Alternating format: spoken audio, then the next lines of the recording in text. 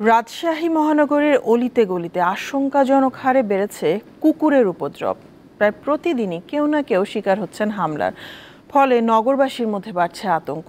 Vaccine নেওয়ার জন্য প্রতিদিন অন্তত 200 রোগী যাচ্ছেন হাসপাতালে।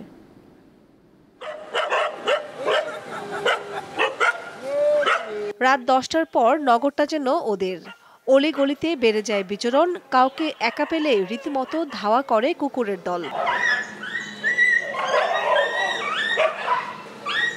2013 সালে উচ্চ আদালতের নিষেধাজ্ঞায় কুকুর মারা বন্ধ হয়ে যায়। এরপর থেকেই রাজশাহী নগরীতে বেড়েছে কুকুরের সংখ্যা। আর সাম্প্রতিক সময়ে কুকুরের কামড়ে আক্রান্তের হার বেড়েই চলছে। ভ্যাকসিনের জন্য ভিড় বাড়ছে হাসপাতালগুলোতে। আমি বাজার থেকে আসতে লাগে আমার পিছে পিছে একটা কুত্তা আসছিল। কুত্তা এসে মনে করেন যে আমার পায়ে ধরেছে কামড়। পাইপে থেকে আসছিলাম, তখন কুকুরে কামড় মেরেছে।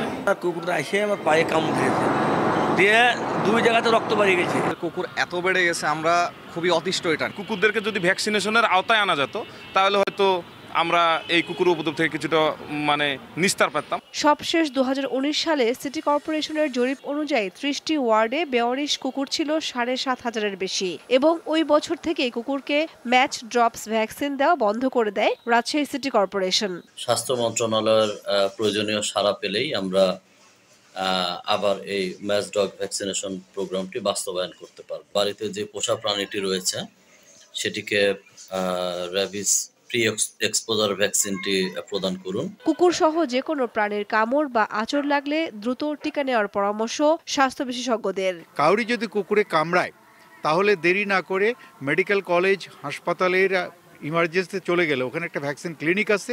নগরবাসীকে সচেতন হওয়ার পাশাপাশি কুকুরের জন্য দ্রুত ম্যাচ ড্রপ ভ্যাকসিন চালু করা প্রয়োজন বলে মনে করেন এই স্বাস্থ্য বিশেষজ্ঞ। দীপ্ত, বার্তা কক্ষ।